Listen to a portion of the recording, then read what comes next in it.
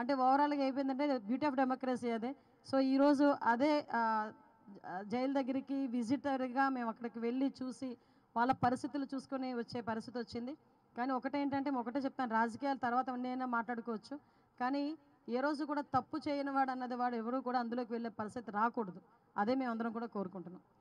ఈరోజు జైలుకి సిబ్బందికి సంబంధించి ప్రతి ఒక్క ఫెసిలిటీస్ కల్పించడంలో కానీ అదేవిధంగా వాళ్ళకి జైల్లో సౌకర్యాలు కల్పించడంలో కానీ అన్ని కూడా ముందుంటాం. ఇంకొక విషయం చెప్పాలండి, లాస్ట్ టైం వైజాగ్ నేను సెంట్రల్ ప్రిజన్ విజిట్ చేసినప్పుడు ఇంచుమించుగా 11 నెలల వరకు ఫుడ్ బిల్స్ కూడా ఆ రోజుకి ఇవ్వలే. 11 నెలల ముందు నుంచి ఫుడ్ బిల్స్ కూడా ఇవ్వలే. రీసెంట్గా మా గవర్నమెంట్ వచ్చిన తర్వాత ఈ ఖైదీలకి సంబంధించిన ఫుడ్ బిల్స్ అన్నీ కూడా క్లియర్ చేసి ఈరోజు మొత్తం అంతా కూడా స్ట్రీమ్ లైన్లో పెట్టాల్సిన పరిస్థితి వచ్చింది. అన్నీ కూడా సర్దుబాటు చేసుకున్నాం, అన్నీ కూడా క్లియర్ కట్గా జరుగుతున్నాయి.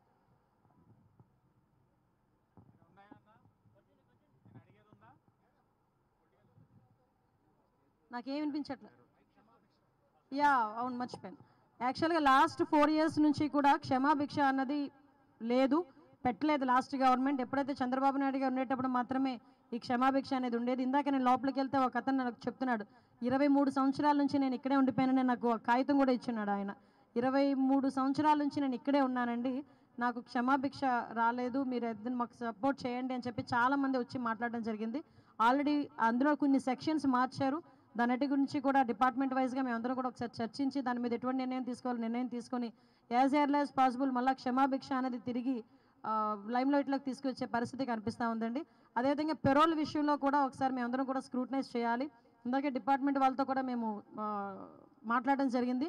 పెరోల్కి సంబంధించి ఇంతకుముందు ఒక్కసారి కనుక షూరిటీ పెడితే వాళ్ళని కంటిన్యూ చేసేవారు, తర్వాత ఎన్నిసార్లు పెరోల్కి మీద బయటికి వెళ్ళినా. కానీ ప్రతిసారి కూడా వాళ్ళని వేరే షూరిటీస్ పెట్టాలి అనుకునేటప్పుడు వాళ్ళకి ఇబ్బంది అయ్యి పెరోల్ మీద కూడా బయటికి వెళ్ళే పరిస్థితి కనిపించట్లేదు. దాని మీద కూడా మేము దృష్టి పెడతాం. అదేవిధంగా మనందరికీ కూడా ఈరోజు అక్కడ వాళ్ళకి ఏదైతే ములాఖాత్స్ ఇవన్నీ కూడా ఎలా జరుగుతున్నాయంటే అంతా కూడా బాగానే జరుగుతున్నాయని క్లియర్గా చెప్పడం జరిగింది. ఓవరాల్గా చెప్పాలంటే జైళ్ళ సంరక్షణకి ఖైదీల వెల్ఫేర్ విషయంలోని అన్ని విషయాల్లోని గవర్నమెంట్ ముందుంటుందన్న సంగతి మీకు తెలియజెప్పుకుంటున్నాను. ఆగస్ట్ 15కి ఇంకా ఫైల్ రన్నింగ్లో ఉందండి. మోస్ట్ ప్రాబబ్లీ October 2 అనుకుంటున్నా. గవర్నమెంట్ మనకు దృష్టిలో పెట్టాం కాబట్టి మనం చేసుకోవచ్చు.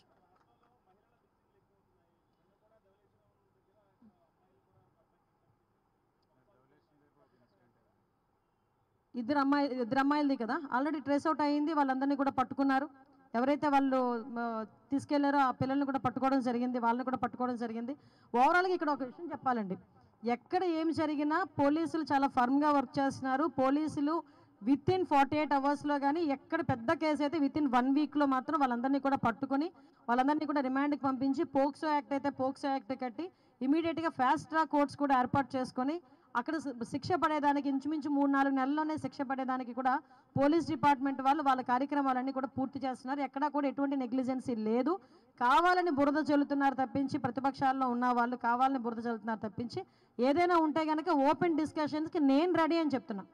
ఏం జరగాలనుకుని ఇప్పుడు జరుగుతున్న సిచ్యువేషన్స్, అన్ఫార్చునేట్లీ జరుగుతున్న సిచ్యువేషన్స్ మనం కంట్రోల్ చేసుకోవాల్సిన బాధ్యత ఉంది. కంట్రోల్ అవ్వలేనప్పుడు కాదు, ఆల్రెడీ ఇన్సిడెంట్స్ జరుగుతున్నప్పుడు కంపల్సరీగా పోలీసులు కూడా చాలా ఫర్మ్గా వర్క్ చేస్తున్నారు. పోలీస్ డిపార్ట్మెంట్తో ఎక్కడ కూడా ఎటువంటి ఇబ్బంది లేదు. ఎవరు ఆయన మాట్లాడడమే పెద్ద చెవులో క్యాబేజీ పెట్టినట్టు ఉంటుంది. శాంతి భద్రతల గురించి ఆయన మాట్లాడడం ఏంటండి, బుర్రపన్యాసే మాట్లాడుతున్నాడు ఆయన. నిజంగా ఆయన ఉంటేనే శాంతి భద్రతలకు కరువు వస్తున్నాయి మాకు అక్కడ.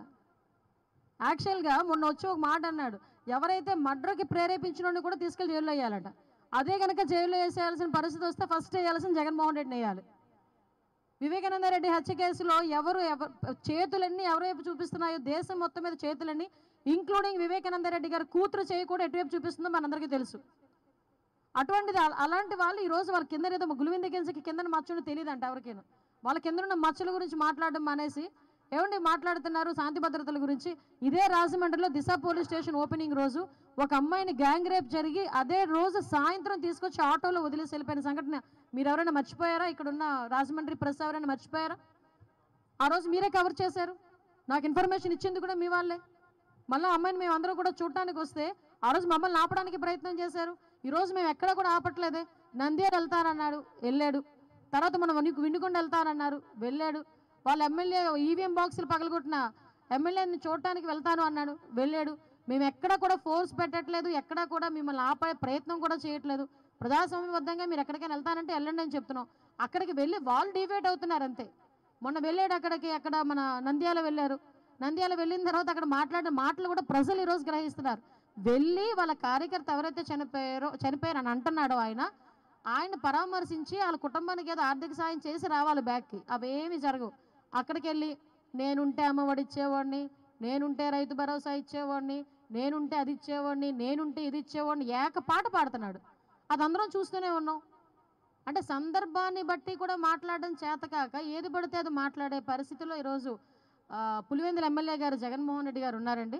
అది ఆయన నైజం అంతే. ఆయన భద్రత ఎక్కడ కుదించో మీరు నేను వెళ్దాం పదండి ఒకసారి. ఆయనకి ఎంత భద్రత ఇచ్చామో మేము చెప్తాం. ఎక్స్ సీఎంగా ఆయనకి ఇవ్వాల్సిన Z+ సెక్యూరిటీ ఆయనకి ఇచ్చాం. ఎక్కడెక్కడ ఆయన కావాలని 980 మందిని పెట్టడం అంటే 980 మంది అంటే ఒక గ్రామంలో ఓటర్లు అండి. 980 మంది పోలీసుల్ని ఈరోజు దగ్గర స్కార్సిటీయే దగ్గర 20,000 మంది పోలీసులు ఈరోజు స్కార్సిటీ ఉంది మాకు. అందులో 980 మందిని ఒక క్యాండిడేట్కి మేము రక్షణకి పంపించాలి. దేనికి రక్షణ? ఈరోజు ఆయన దేనికి భయపడుతున్నాడు అంటే నాకు ఎక్కడో చిన్న డౌట్ కొడుతుంది. ఏంటంటే ఈయన అప్పుడు పోలీసులను అడ్డం పెట్టుకొని పరదాలు కట్టుకొని చెట్లు నరికించేసుకొని ఆ భద్రతా వలయంలో తిరగడం అలవాటు అయిపోయింది. ఈరోజు నిజంగా కనుక బయటకు వస్తే ప్రజలు ఏమైనా తంతారని భయపడుతున్నాడా జగన్మోహన్ రెడ్డి? అందుకే 980 మందిని సెక్యూరిటీ అడుగుతున్నాడు ఈరోజు. దేనికి అడగాలి 980 మందిని సెక్యూరిటీ? నేనేమంటానంటే as per rule, as per norms ఒక ఎక్స్ సీఎంకి ఇవ్వాల్సిన సెక్యూరిటీని ఇచ్చాం. బుల్లెట్ ప్రూఫ్ వాహనాలు ఇస్తున్నాం. ఇప్పుడు ఈ రోజుకి కూడా చంద్రబాబు నాయుడు గారు హైదరాబాద్ వెళ్తే సఫారీయే ఇస్తారు బుల్లెట్ ప్రూఫ్. కావలసిన డిపార్ట్మెంట్ వాళ్ళు ఉన్నారు ఇక్కడ, అడగండి మీరు. అదే అందుకే ఫార్చునర్ కానీ సఫారీ కానీ ఏదో ఒకటి ఇస్తారు అక్కడ. ఆయన దగ్గర సంథింగ్ ఇంకొకటి ఏదో ఒక 2 వెహికల్స్ ఉన్నాయి బుల్లెట్ ప్రూఫ్ వెహికల్స్. సో ఓవరాల్గా చెప్పాలంటే ఆయన భద్రతను ఎక్కడా కూడా ఎవ్వరూ తగ్గించలే. ఆయన ఫీల్ అయిపోతున్నాడు. చుట్టూ కనిపించకపోయేసరికి, పోలీసులు కనిపించకపోయేసరికి ఆయన ఫీల్ అవుతున్నాడు అలా అంతే.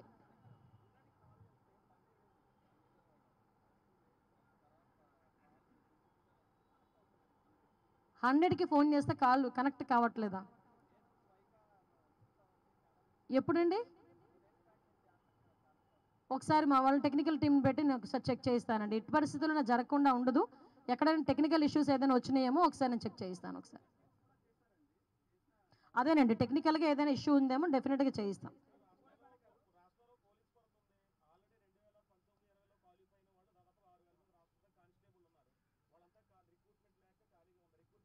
అంటే క్వాలిఫికేషన్ 2019లో జగన్మోహన్ రెడ్డి గారు చేశారా క్వాలిఫికేషన్? వాళ్ళకి 2019 నుంచి 2024 వరకు ఒక్క రిక్రూట్మెంట్ అయినా జరిగిందా? ఎప్పుడు జరగలేదు. అది 2014 నుంచి 19 మధ్యలోనే పోలీసుల రిక్రూట్మెంట్ అనేది జరిగింది. తర్వాత 5 సంవత్సరాలు ఎక్కడ కూడా జరగలేదు. ఇప్పుడు మేము తర్వాత దాన్ని త్వరలో అది నోటిఫికేషన్ ఇచ్చి క్లియర్ చేసేదానికి మేమందరం కూడా సమాయత్తం అవుతున్నాం. మీరు చెప్పాలి దిశ చట్టం ఉందో లేదో. మేం తీసేయలేదండి బాబు, అసలు చట్టమే లేదు, మేము తీసేయడం ఏంటి? బోర్డులు మార్చేస్తాం. దిశ పోలీస్ స్టేషన్ అంటే ఇప్పుడు జగన్మోహన్ రెడ్డి గవర్నమెంట్ అనుకోండి, రాగానే ఎక్కడ పసుపు కనిపించిందంటే నీలం వేస్తుంది. రాగానే ముందు వాళ్ళ బొమ్మలు తీసి వాళ్ళ బొమ్మలు పెట్టుకుంటారు. అదే సర్వేరాల మీద బొమ్మలు పెట్టుకున్నట్టుగా. మేము ప్రజాధనాన్ని వృధా చేయడానికి కాదు, స్లోగా అన్నీ చేస్తాం. దిశ పోలీస్ స్టేషన్స్ కూడా మార్పు చేసి మహిళా పోలీస్ స్టేషన్స్ ఇంతకు ముందు ఎలా ఉండేదో మహిళా పోలీస్ స్టేషన్ కింద కన్వర్ట్ అవుతుంది. మేము ఆ రోజు చెప్తున్నాం, ఈ రోజు చెప్తున్నాం. దిశ చట్టం అని చెప్పి ఒక పెద్ద డ్రామా నడిపాడు 5 సంవత్సరాలు జగన్మోహన్ రెడ్డి. డ్రామా నడిపాడు, నిజంగా చెప్పాలంటే డ్రామా నడిపాడు. ఈ రోజుకి కూడా చాలామంది ఏమంటారంటే నా దగ్గరికి వచ్చి దిశ స్టేషన్లో కేసు పెట్టామండి అంటారు. అది యాక్చువల్గా మహిళా పోలీస్ స్టేషన్. ఆ దిశ చట్టమే లేనప్పుడు దిశ పోలీస్ స్టేషన్ ఎందుకు, దిశ పోలీసులు ఎందుకు? దానికి మళ్ళీ సపరేట్ ప్యాటర్న్. మహిళా పోలీస్ స్టేషన్లేనండి, ఇంతకుముందు మేము మార్చేది కొత్తగా లేదు.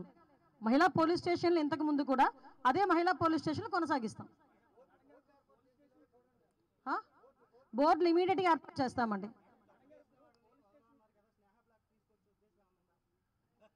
చట్టం తన పని తను చేసుకుపోతుంది. దాని గురించి మనందరం కూడా వెయిట్ చేయాలంతే.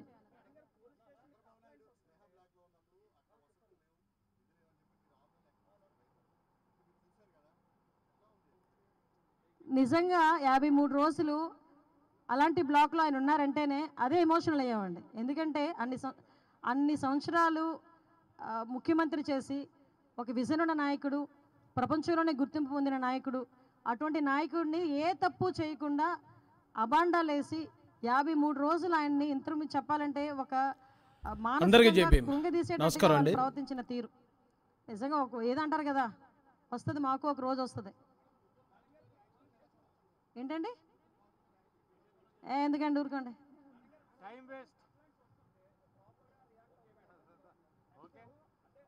అమ్మ కంప్లైంట్లు వచ్చినా ప్రాపర్గా రియాక్ట్ అవుతారు. ఆల్రెడీ మీకు ఒక విషయం చెప్పి నేను ముగిస్తాను. ఇంతవరకు పోలీస్ సిస్టమ్ వేరు, ఇప్పుడు పోలీస్ సిస్టమ్ వేరు. ఇంతవరకు పోలీస్ సిస్టంలో మీరు అనుకున్నట్టు వాళ్ళు ఫ్రెండ్లీ పోలీసింగ్ అని ఉండేది కాదు. కానీ ఇప్పుడు ఈ 2 months నుంచి మీరు పోలీసులను అబ్జర్వ్ చేయండి. ఎవరైతే ఫిర్యాదుదారులు వస్తున్నారో వాళ్ళు కూర్చోబెట్టి మాట్లాడి వాళ్ళ ఫిర్యాదు అందుకునేటట్టుగానే ఉంటుంది. ఎక్కడైనా అటువంటి పరిస్థితులు లేకపోతే మాత్రం మేము చర్యలు తీసుకుంటాం. 5 సంవత్సరాలు మార్పు అండి, 2 నెలలు ఎలా మారిపోద్ది? కొంచెం టైం తీసుకుందాం, కానీ మారుతుంది, డెఫినెట్గా మారుతుంది.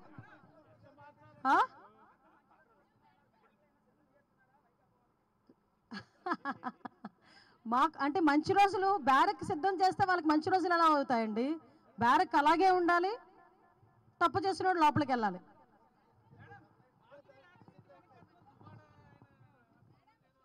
ఊరుకోండి సార్, దాని గురించి మేము మాట్లాడడం.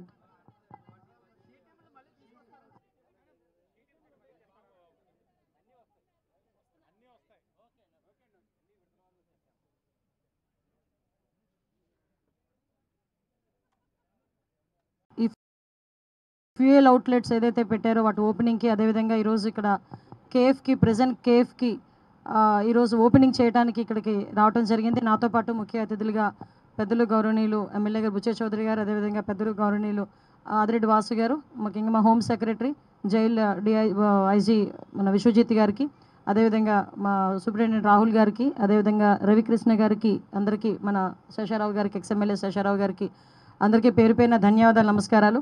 ఈరోజు మార్నింగ్ నుంచి కూడా ఈ సెంట్రల్ ప్రిజన్ అన్నది విజిట్ చేయడం, అదేవిధంగా ఉమెన్ ప్రిజన్ కూడా విజిట్ చేయడం కూడా జరిగింది. ఈరోజు ఇప్పటికీ రాజమండ్రిలోనే ఇంచుమించుగా 3 ఫ్యూయల్ అవుట్లెట్స్ ప్రిజన్స్ ఆధ్వర్యంలో నడపబడుతున్నాయి. అందులో కూడా ప్రిజన్లో ఉన్న వాళ్ళు అక్కడికి వచ్చి వర్క్ చేసి వాళ్ళు డైలీ వైజ్గా ఉన్న అమౌంట్ని కూడా వాళ్ళు తీసుకోవటం, వాళ్ళ కుటుంబ పోషణ నిమిత్తం కొంత అమౌంట్ని బ్యాంక్లో వేయటం, కొంత అమౌంట్ని వాళ్ళ ఖర్చుల నిమిత్తం కూడా వాళ్ళకి ఇవ్వటం అనేది ఒక సాంప్రదాయబద్ధంగా జరుగుతున్న కార్యక్రమం. వీళ్ళ భాగంగానే వీళ్ళందరికీ కూడా రేపు పొద్దున్న వాళ్ళ జైలు నుంచి మళ్ళీ బయటకు వచ్చిన తర్వాత వాళ్ళ జీవన విధానం సాఫీగా సాగటానికి, మళ్ళా నేర ప్రవృత్తి వైపు తిరిగి చూడకుండా ఉండటానికి, ఒక సమాయత్తం చేయటానికి ఈ జైలు శాఖ అనేది జైల్లో ఉన్న ఖైదీల విషయంలో చాలా హ్యుమానిటీ బేసిస్ మీద వాళ్ళకి ఒక మంచి ప్రవర్తన కలిగించాలనే ఉద్దేశంతో చేస్తున్న మంచి కార్యక్రమాల్లో భాగంగానే ఈరోజు ఈ ఫ్యూయల్ అవుట్లెట్ కానీ, ప్రిజన్ కేఫ్స్ కానీ ఇవన్నీ కూడా మనం పెట్టడం జరిగింది. వీటిలో భాగంగానే ప్రిజన్కి కూడా ఇక్కడ నుంచి ప్రిజన్ కేఫ్ నుంచి కొంత ఆదాయం కూడా ప్రిజన్స్ డెవలప్మెంట్కి కూడా మనం యూజ్ చేసుకోవడం జరుగుతుంది. టోటల్గా ఆంధ్రప్రదేశ్లో దగ్గర 16 సబ్ జైల్స్ ఉన్నాయి. అదేవిధంగా ఒక స్పెషల్ జైల్స్ ఒకటి, డిస్ట్రిక్ట్ జైల్స్ ఒకటి, అదేవిధంగా మనకి బోస్టన్ జైలు కూడా ఒకటి కన్స్ట్రక్షన్లో ఉంది. అదేవిధంగా మనకి ఉమెన్ ప్రిజన్ ఒకటి ఉంది, సెంట్రల్ జైల్స్ 2 ఉన్నాయి.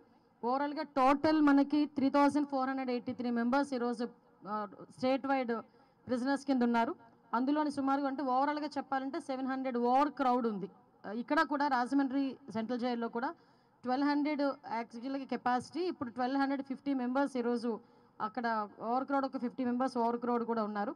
అంటే ఇందులోని మేజర్గా మేము అందరం కూడా చూసేసరికి సాధారణంగా మేము గవర్నమెంట్లోకి వచ్చిన తర్వాత కూడా ఎక్కువగా గాంజా మీద దృష్టి పెడుతున్నడానికి కూడా కారణం కూడా ఇక్కడ మేము సెంట్రల్ ప్రిజన్స్, మేము ఏదైతే వైజాగ్ ఒకసారి సెంట్రల్ ప్రిజన్ నేను విజిట్ చేయడం జరిగింది. అట్ ద సేమ్ టైం ఇప్పుడు సెంట్రల్ ప్రిజన్ రెండోదైన రాజమండ్రి సెంట్రల్ ప్రిజన్ కూడా మేము చూడటం జరిగింది.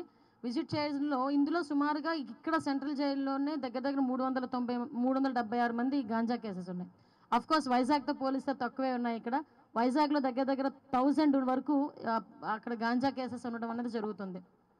ఓవరాల్ స్టేట్ అంతా కలుపుకొని ఒక 1700-1800 ఉంటే గాంజా కేసెస్, అందులోని కేవలం 1000 వరకు వైజాగ్లోనే ఉండడం కూడా మనం గమనించాల్సిన అవసరం కూడా ఎంత ఉంది. సుమారుగా మనందరికీ కూడా తెలుసు, ఈరోజు ఈ ప్రిజన్స్లోని ఎప్పుడో ఇంచుమించుగా 1861లో కన్స్ట్రక్ట్ చేసిన ఈ ప్రిజన్ ఇది. అంటే బ్రిటిష్ కాలం నాటికి ముందు నుంచి కూడా ఈ ప్రిజన్ అక్కడ కన్స్ట్రక్ట్ చేసబడి ఉంది. అప్పటి నుంచి ఇప్పటి వరకు కూడా ఏదో మెయింటెనెన్స్ అవుతుంది, ఓవరాల్గా అక్కడెక్కడ ఇబ్బంది లేకుండా జరుగుతుంది. ఇందాకే మేము విజిట్ చేయడానికి వెళ్ళినప్పుడు మన సూపరింటెండెంట్ గారు వీళ్ళందరూ కూడా అక్కడ ఒక గోడ కూడా ఇబ్బందికరమైన పరిస్థితిలో ఉంది, కూలిపోవడానికి రెడీగా ఉంది. ఆ గోడ కన్స్ట్రక్ట్ చేయాలంటే వెంటనే హోమ్ సెక్రటరీ గారికి చెప్పడం జరిగింది. ఇమీడియట్గా ఆ కన్స్ట్రక్షన్ కూడా మేము ఏర్పాటు చేసి అక్కడ ఎవరికి కూడా భద్రతా సంబంధించిన ఎటువంటి ఇబ్బందులు కలగకుండా చూసుకునే బాధ్యత కూడా మేమందరం కూడా తీసుకుంటాం. ఈరోజు ఉమెన్ ప్రిజనర్స్ దగ్గరికి కూడా నేను వెళ్ళి విజిట్ చేయడం జరిగింది. నిజంగా చాలా బాధాకరమైన విషయం. వాళ్ళు ఆ క్షణికావేశంలోనో లేకపోతే తెలిసి తెలియని వయసులోనో తెలిసి తెలియక చేసిన తప్పులకి ఈ రోజుకి కూడా కుటుంబానికి దూరంగా ఉండి వాళ్ళు పడుతున్న బాధ. అదేవిధంగా నేను అక్కడ ఉమెన్ జైల్లో చూసిన ఫెసిలిటీస్ కూడా నిజంగా చాలా ఆశ్చర్యం అనిపించింది. At the same time happy కూడా అనిపించింది. అక్కడ కూడా వాళ్ళకి చిన్నపిల్లలు 6 years లోపు వరకు ఉన్న వాళ్ళు తల్లితో ఉండడానికి, అదేవిధంగా లోపల వాళ్ళకి అన్ని కేర్ టేక్ అనమాట. సెర్లెక్ దగ్గర నుంచి మిల్క్ దగ్గర నుంచి ప్రతి ఒక్కటి కూడా జైల్ డిపార్ట్మెంట్ నుంచి వాళ్ళకి సపోర్ట్ చేయటం, ఇవన్నీ కూడా చూశాను. వాళ్ళతో కాసేపు ఇంటరాక్ట్ అయ్యాము, వాళ్ళకి ధైర్యం చెప్పొచ్చాం. ఎందుకంటే ఎక్కడికైనా వెళ్ళినా మనకి సమస్యకి పరిష్కారం ఉంటుంది, కానీ ఈ జైల్లో ఏంటంటే కంపల్సరీగా వాళ్ళు పశ్చాత్తాపడడం, అట్ ద సేమ్ టైం మంచి నడవడిక కలిగి ఉండటమే వాళ్ళకి ఇచ్చే ఒక సోర్స్ వాళ్ళకి. సో ఇవన్నీ కూడా మేము చూడటం జరిగింది. ఓవరాల్గా చెప్పాలంటే అక్కడికి వెళ్ళిన తర్వాత జైలు సిబ్బంది కూడా ఎవరైతే ఉన్నారో వాళ్ళందరూ కూడా వాళ్ళ తాలూకా కష్టాలు, వాళ్ళ తాలూకా ఇబ్బందులు కూడా చెప్పడం జరిగింది. వాళ్ళు అక్కడ కూడా హాస్పిటల్ కూడా ఉన్నాయండి. కాకపోతే మేము అడిగేది ఏంటంటే ఇక్కడ కంపల్సరీకి గంజా కేసెస్ ఎక్కువ ఉంటున్నాయి కాబట్టి కంపల్సరీగా జైల్లోని ఒక్కొక్క సైక్రియాటిస్ట్ని మేము అందరూ ఏర్పాటు చేయడానికి గవర్నమెంట్ కూడా ఈరోజు సిద్ధంగా ఉంది. ముందు ఇమీడియట్గా ఒక 4-5 సైక్రియాటిస్టులని ఇమీడియట్గా పెద్ద పెద్ద జైల్స్లోని కొంచెం పంపించడం, ముఖ్యంగా సెంట్రల్ ప్రిజన్స్లోని కూడా సైక్రియాటిస్ట్ని ఏర్పాటు చేయడం. సైక్రియాటిస్ట్ వచ్చిన తర్వాత ఎక్కడైతే డీఅడిక్షన్ సెంటర్స్ కూడా కంపల్సరీగా మనకి జైల్లోనే లోపల సెంట్రల్ ప్రిజన్లోనే డీఅడిక్షన్ సెంటర్ కూడా పెట్టడానికి ఫెసిలిటీ కల్పించాల్సిందిగా మేమందరం కూడా గవర్నమెంట్కి మేమందరం కూడా గౌరవ చంద్రబాబు నాయుడు గారు కూడా మేమందరం చెప్పి అది కూడా యాజ్ ఎర్లీ యాజ్ పాసిబుల్ చేస్తామని మీ అందరికీ కూడా తెలియజేసుకుంటున్నాం. ఇంకా జైలు సిబ్బందికి సంబంధించి వాళ్ళు కోరిన కోరిక ఏంటంటే మాకు పోలీసు సిబ్బందితో ఈక్వల్గా ఈఎల్స్ కానీ పోలీసు సిబ్బందితో ఈక్వల్గా ఆరోగ్య భద్రత కానీ మాకు కల్పించాలి అన్నారు. సో నా దృష్టికి ఈరోజు జైలు సిబ్బంది తాలూకా ఆరోగ్య భద్రత విషయంలో ఈరోజు మా దృష్టి కూడా వచ్చింది. మేము కూడా మా సెక్రటరీ గారితో కూడా మాట్లాడాం, గవర్నమెంట్తో కూడా మాట్లాడి వాళ్ళకి కూడా ఆరోగ్య భద్రత కల్పించేటట్టుగా మేము కూడా సమాయత్తం అవుతాం. అట్ ద సేమ్ టైం వాళ్ళందరికీ కూడా సహకరిస్తాం. ఎందుకంటే బయట అవుట్ సోర్సింగ్ పనిచేసే వాళ్ళకే ఆరోగ్య భద్రత ఉంటూ ఇన్ని ల్యాక్స్ అని చెప్పి ఉంటుంది. బట్ విషయం ఏంటంటే ఇంత సర్వీస్ చేస్తూ ఉన్న వీళ్ళకి ఆరోగ్య భద్రత లేకపోవడం నిజంగా ఈరోజు మా దృష్టికి వచ్చింది. డెఫినెట్గా మేము దాని మీద సీరియస్గా తీసుకొని వాళ్ళకి ఆరోగ్య భద్రత కల్పించే దిశలో మేము ముందుకెళ్తామండి. అదేవిధంగా వాళ్ళ ఈఎల్స్ గురించి అన్ని కష్టాల గురించి చెప్పారు. కంపల్సరీగా ఈ గవర్నమెంట్ ఏదైతే ఉందో ఈ గవర్నమెంట్ అన్ని పోలీస్ శాఖ విషయంలో జైలు సిబ్బంది కానీ ఫైర్ సిబ్బంది కానీ వీళ్ళందరికీ కూడా ఫెసిలిటీస్ కల్పించి వాళ్ళతో పనిచేయాలనే దృక్పథంతోనే గవర్నమెంట్ కూడా ఉంది. ఇందులో విషయం ఏంటంటే నిజంగా నేను లోపలికి వెళ్ళేసరికి వన్ ఆఫ్ ద మూమెంట్లో కొంచెం ఎమోషనల్ కూడా అయ్యా. ఎక్కడికి అయ్యానంటే స్వప్న బ్లాక్, స్నేహ బ్లాక్, అది కూడా ఒక్కసారిగా కొంచెం ఇబ్బంది పడే పరిస్థితి వచ్చింది. స్నేహ బ్లాక్ దగ్గరికి వెళ్ళేసరికి లోపలికి వెళ్ళి చూసాము, ఆ ఫెసిలిటీస్ అన్నీ అక్కడ అన్నీ చూసాం. కాకపోతే 53 రోజులు మా నాయకుడు ఏ నేరము చేయకుండా 53 రోజులు ఆ స్నేహ బ్లాక్లో ఉండడం అన్నది నిజంగా ఆ సిచ్యువేషన్ చూసేసరికి నిజంగా మేమందరం కూడా చాలా ఎమోషనల్గా ఫీల్ అవ్వాల్సిన పరిస్థితి వచ్చింది. బట్ అదే అంటారు కదా, రోజులు అన్నీ ఒకలా ఉండవు. ఈరోజు అదే బ్లాక్కి మేము కూడా విజిటర్స్ కింద వెళ్ళాం. అది బ్యూటీ ఆఫ్ డెమోక్రసీ. వాసు గారిని కూడా తీసుకెళ్ళి ఏ బ్లాక్లో పెట్టారు మమ్మల్ని?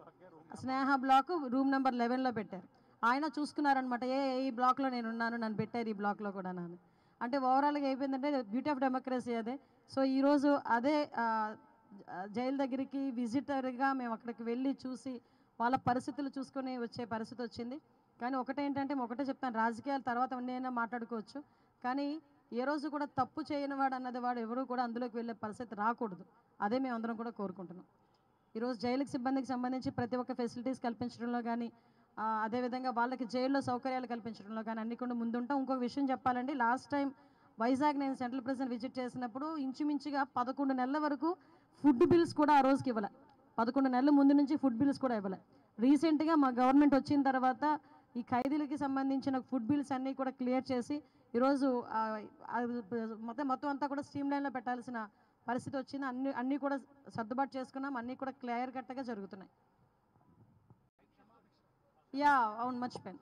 యాక్చువల్గా లాస్ట్ 4 ఇయర్స్ నుంచి కూడా క్షమాభిక్ష అన్నది లేదు, పెట్టలేదు లాస్ట్ గవర్నమెంట్. ఎప్పుడైతే చంద్రబాబు నాయుడు గారు ఉండేటప్పుడు మాత్రమే ఈ క్షమాభిక్ష అనేది ఉండేది. ఇందాక నేను లోపలికి వెళ్తే ఒక అతను నాకు చెప్తున్నాడు, 23 సంవత్సరాల నుంచి నేను ఇక్కడే ఉండిపోయానని నాకు ఒక కాగితం కూడా ఇచ్చున్నాడు ఆయన. 23 సంవత్సరాల నుంచి నేను ఇక్కడే ఉన్నానండి, నాకు క్షమాభిక్ష రాలేదు, మీరు ఏదైనా మాకు సపోర్ట్ చేయండి అని చెప్పి చాలామంది వచ్చి మాట్లాడడం జరిగింది. ఆల్రెడీ అందులో కొన్ని సెక్షన్స్ మార్చారు. దానిటి గురించి కూడా డిపార్ట్మెంట్ వైజ్గా మేమందరం కూడా ఒకసారి చర్చించి దాని మీద ఎటువంటి నిర్ణయం తీసుకొని యాజ్ ఎర్లీ యాజ్ పాసిబుల్ మళ్ళీ క్షమాభిక్ష అనేది తిరిగి లైమ్లైట్లోకి తీసుకొచ్చే పరిస్థితి కనిపిస్తూ ఉందండి. అదేవిధంగా పెరోల్ విషయంలో కూడా ఒకసారి మేమందరం కూడా స్క్రూటనైజ్ చేయాలి. ఇందాకే డిపార్ట్మెంట్ వాళ్ళతో కూడా మేము మాట్లాడడం జరిగింది. పెరోల్కి సంబంధించి ఇంతకుముందు ఒక్కసారి కనుక షూరిటీ పెడితే వాళ్ళని కంటిన్యూ చేసేవారు, తర్వాత ఎన్నిసార్లు పెరోల్కి మీద బయటికి వెళ్ళినా. కానీ ప్రతిసారి కూడా వాళ్ళని వేరే షూరిటీస్ పెట్టాలి అనుకునేటప్పుడు వాళ్ళకి ఇబ్బంది అయ్యి పెరోల్ మీద కూడా బయటికి వెళ్ళే పరిస్థితి కనిపించట్లేదు. దాని మీద కూడా మేము దృష్టి పెడతాం. అదేవిధంగా మనందరికీ కూడా ఈరోజు అక్కడ వాళ్ళకి ఏదైతే ములాఖాత్స్ ఇవన్నీ కూడా ఎలా జరుగుతున్నాయంటే అంతా కూడా బాగానే జరుగుతున్నాయని క్లియర్గా చెప్పడం జరిగింది. ఓవరాల్గా చెప్పాలంటే జైళ్ళ సంరక్షణకి, ఖైదీల వెల్ఫేర్ విషయంలోని అన్ని విషయాల్లోని గవర్నమెంట్ ముందుంటుందన్న సంగతి మీకు తెలియజెప్పుకుంటున్నాను. ఆగస్ట్ 15కి ఇంకా ఫైల్ రన్నింగ్లో ఉందండి. మోస్ట్ ప్రాబబ్లీ అక్టోబర్ 2 అనుకుంటున్నా. గవర్నమెంట్ మనకు దృష్టిలో పెట్టాం కాబట్టి మనం చేసుకోవచ్చు.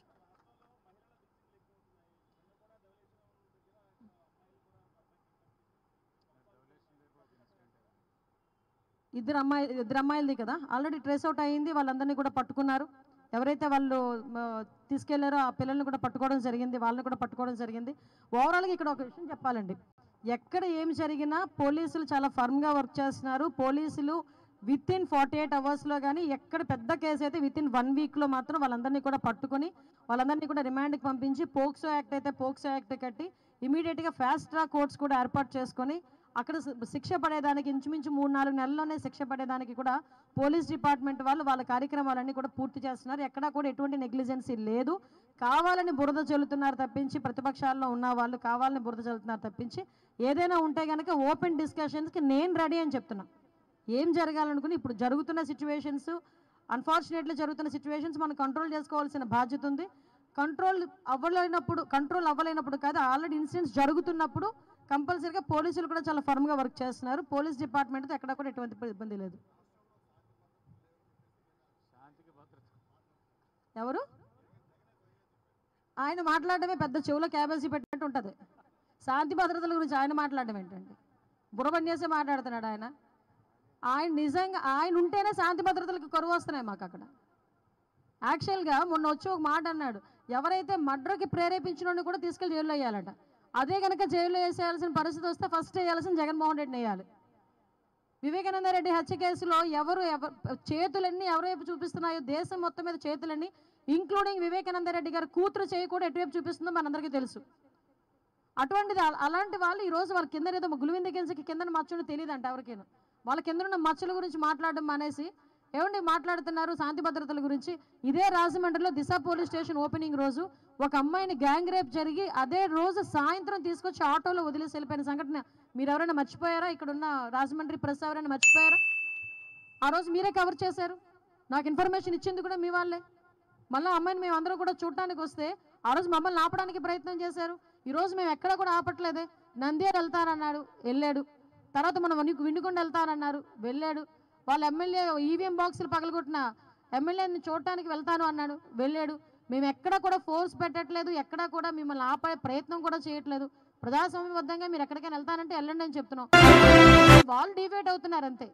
మొన్న వెళ్ళాడు అక్కడ మన నంద్యాల వెళ్ళారు. నంద్యాల వెళ్ళిన తర్వాత అక్కడ మాట్లాడిన మాటలు కూడా ప్రజలు ఈరోజు గ్రహిస్తున్నారు. వెళ్ళి వాళ్ళ కార్యకర్త ఎవరైతే చనిపోయారని అంటున్నాడో ఆయన పరామర్శించి వాళ్ళ కుటుంబానికి ఏదో ఆర్థిక సాయం చేసి రావాలి బ్యాక్కి. అవేమి జరగవు. అక్కడికి వెళ్ళి నేనుంటే అమ్మఒడి ఇచ్చేవాడిని, నేనుంటే రైతు భరోసా ఇచ్చేవాడిని, నేనుంటే అది ఇచ్చేవాడిని, నేనుంటే ఇది ఇచ్చేవాడిని ఏకపాట పాడుతున్నాడు. అది అందరం చూస్తూనే ఉన్నాం. అంటే సందర్భాన్ని బట్టి కూడా మాట్లాడడం చేతకాక ఏది పడితే అది మాట్లాడే పరిస్థితిలో ఈరోజు పులివెందుల ఎమ్మెల్యే గారు జగన్మోహన్ రెడ్డి గారు ఉన్నారండి. అది ఆయన నైజం అంతే. ఆయన భద్రత ఎక్కడ కుదించాం, మీరు నేను వెళ్దాం పదండి ఒకసారి. ఆయనకి ఎంత భద్రత ఇచ్చామో మేము చెప్తాం. ఎక్స్ సీఎంగా ఆయనకి ఇవ్వాల్సిన Z+ సెక్యూరిటీ ఆయనకి ఇచ్చాం. ఎక్కడక్కడ ఆయన కావాలని 980 మందిని పెట్టదంటే 980 మంది అంటే ఒక గ్రామంలో ఓటర్లు అండి. 980 మంది పోలీసుల్ని ఈరోజు దగ్గర దగ్గర స్కార్సిటీయే దగ్గర దగ్గర 20,000 మంది పోలీసులు ఈరోజు స్కార్సిటీ ఉంది మాకు. అందులో 980 మందిని ఒక క్యాండిడేట్కి మేము రక్షణకు పంపించాలి. దేనికి రక్షణ? ఈరోజు ఆయన దేనికి భయపడుతున్నాడు అంటే నాకు ఎక్కడో చిన్న డౌట్ కొడుతుంది. ఏంటంటే ఈయన అప్పుడు పోలీసులను అడ్డం పెట్టుకొని పరదాలు కట్టుకొని చెట్లు నరికించేసుకొని ఆ భద్రతా వలయంలో తిరగడం అలవాటు అయిపోయింది. ఈరోజు నిజంగా కనుక బయటకు వస్తే ప్రజలు ఏమైనా తంతారని భయపడుతున్నాడా జగన్మోహన్ రెడ్డి? అందుకే 980 మందిని సెక్యూరిటీ అడుగుతున్నాడు. ఈరోజు దేనికి అడగాలి 980 మందిని సెక్యూరిటీ? నేనేమంటానంటే as per rule, as per norms ఒక ఎక్స్ సీఎంకి ఇవ్వాల్సిన సెక్యూరిటీని ఇచ్చాం, బుల్లెట్ ప్రూఫ్ వాహనాలు ఇస్తున్నాం. ఇప్పుడు ఈ రోజుకి కూడా చంద్రబాబు నాయుడు గారు హైదరాబాద్ వెళ్తే సఫారీయే ఇస్తారు, బుల్లెట్ ప్రూఫ్. కావలసిన డిపార్ట్మెంట్ వాళ్ళు ఉన్నారు ఇక్కడ, అడగండి మీరు. అదే అందుకే ఫార్చునర్ కానీ సఫారీ కానీ ఏదో ఒకటి ఇస్తారు అక్కడ. ఆయన దగ్గర సంథింగ్ ఇంకొకటి ఏదో ఒక 2 వెహికల్స్ ఉన్నాయి, బుల్లెట్ ప్రూఫ్ వెహికల్స్. సో ఓవరాల్గా చెప్పాలంటే ఆయన భద్రతను ఎక్కడా కూడా ఎవ్వరూ తగ్గించలే. ఆయన ఫీల్ అయిపోతున్నాడు. చుట్టూ కనిపించకపోయేసరికి, పోలీసులు కనిపించకపోయేసరికి ఆయన ఫీల్ అవుతున్నాడు అలా, అంతే.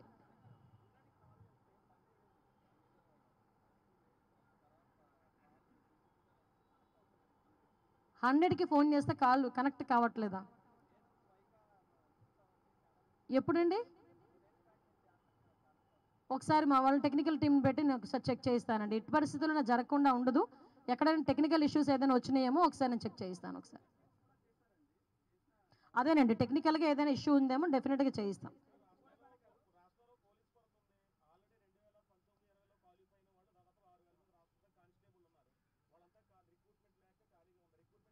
అంటే క్వాలిఫికేషన్ 2019లో జగన్మోహన్ రెడ్డి గారు చేశారా క్వాలిఫికేషన్? వాళ్ళకి 2019 నుంచి 2024 వరకు ఒక్క రిక్రూట్మెంట్ అయినా జరిగిందా? ఎప్పుడు జరగలేదు. అది 2014 నుంచి 19 మధ్యలోనే పోలీసులు రిక్రూట్మెంట్ అనేది జరిగింది. తర్వాత 5 సంవత్సరాలు ఎక్కడ కూడా జరగలేదు. ఇప్పుడు మేము తర్వాత దాన్ని త్వరలో అది నోటిఫికేషన్ ఇచ్చి క్లియర్ చేసేయడానికి మేమందరం కూడా సమాయత్తం అవుతున్నాం. మీరు చెప్పాలి దిశ చట్టం ఉందో లేదో. మేం తీసేయలేదండి బాబు, అసలు చట్టమే లేదు, మేము తీసేయడం ఏంటి? బోర్డులు మార్చేస్తా ఉంటే దిశ పోలీస్ స్టేషన్ అంటే ఇప్పుడు జగన్మోహన్ రెడ్డి గవర్నమెంట్ అనుకోండి, రాగానే ఎక్కడ పసుపు కనిపించిందంటే నీలం వేస్తుంది. రాగానే ముందు వాళ్ళ బొమ్మలు తీసి వాళ్ళ బొమ్మలు పెట్టుకుంటారు, అదే సర్వేరాల మీద బొమ్మలు పెట్టుకున్నట్టుగా. మేము ప్రజాధనాన్ని వృధా చేయడానికి కాదు, స్లోగా అన్నీ చేస్తాం. దిశ పోలీస్ స్టేషన్స్ కూడా మార్పు చేసి మహిళా పోలీస్ స్టేషన్స్ ఇంతకుముందు ఎలా ఉండేదో మహిళా పోలీస్ స్టేషన్ కింద కన్వర్ట్ అవుతుంది. మేము ఆ రోజు చెప్తున్నాం, ఈ రోజు చెప్తున్నాం. దిశ చట్టం అని చెప్పి ఒక పెద్ద డ్రామా నడిపాడు 5 సంవత్సరాలు జగన్మోహన్ రెడ్డి. డ్రామా నడిపాడు, నిజంగా చెప్పాలంటే డ్రామా నడిపాడు. ఈ రోజుకి కూడా చాలామంది ఏమంటారంటే నా దగ్గరికి వచ్చి దిశ స్టేషన్లో కేసు పెట్టామండి అంటారు. అది యాక్చువల్గా మహిళా పోలీస్ స్టేషన్. ఆ దిశ చట్టమే లేనప్పుడు దిశ పోలీస్ స్టేషన్ ఎందుకు, దిశ పోలీసులు ఎందుకు? దానికి మళ్ళీ సపరేట్ ప్యాటర్న్. మహిళా పోలీస్ స్టేషన్లేనండి, ఇంతకుముందు మేము మార్చేది కొత్తగా లేదు. మహిళా పోలీస్ స్టేషన్లు ఇంతకుముందు కూడా అదే మహిళా పోలీస్ స్టేషన్లు కొనసాగిస్తాం. బోర్డులు ఇమీడియట్గా ఏర్పాటు చేస్తామండి.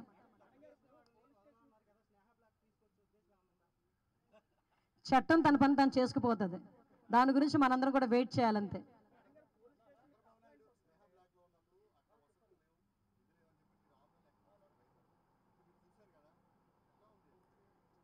నిజంగా 53 రోజులు అలాంటి బ్లాక్లో ఆయన ఉన్నారంటేనే అదే ఎమోషనల్ అయ్యామండి. ఎందుకంటే అన్ని సంవత్సరాలు ముఖ్యమంత్రి చేసి ఒక విజన్ ఉన్న నాయకుడు, ప్రపంచంలోనే గుర్తింపు పొందిన నాయకుడు, అటువంటి నాయకుడిని ఏ తప్పు చేయకుండా అబాండాలేసి 53 రోజులు ఆయన్ని ఇంతకు చెప్పాలంటే ఒక మానసికంగా కృంగదీసేటట్టుగా వాళ్ళు ప్రవర్తించిన తీరు నిజంగా ఏదంటారు కదా, వస్తుంది మాకు ఒక రోజు వస్తుంది. ఏంటండి? ఎందుకండి ఊరుకోండి.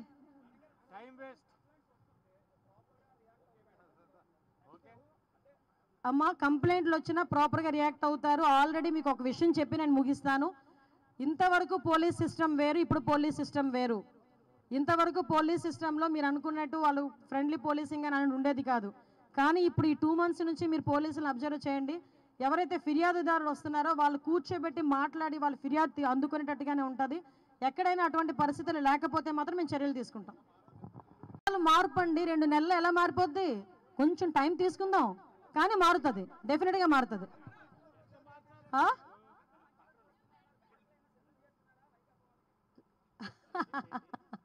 మాకు అంటే మంచి రోజులు బ్యారక్ సిద్ధం చేస్తే వాళ్ళకి మంచి రోజులు ఎలా అవుతాయండి?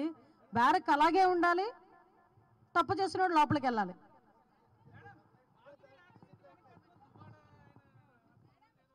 ఊరుకోండి సార్, దాని గురించి మేము మాట్లాడమే.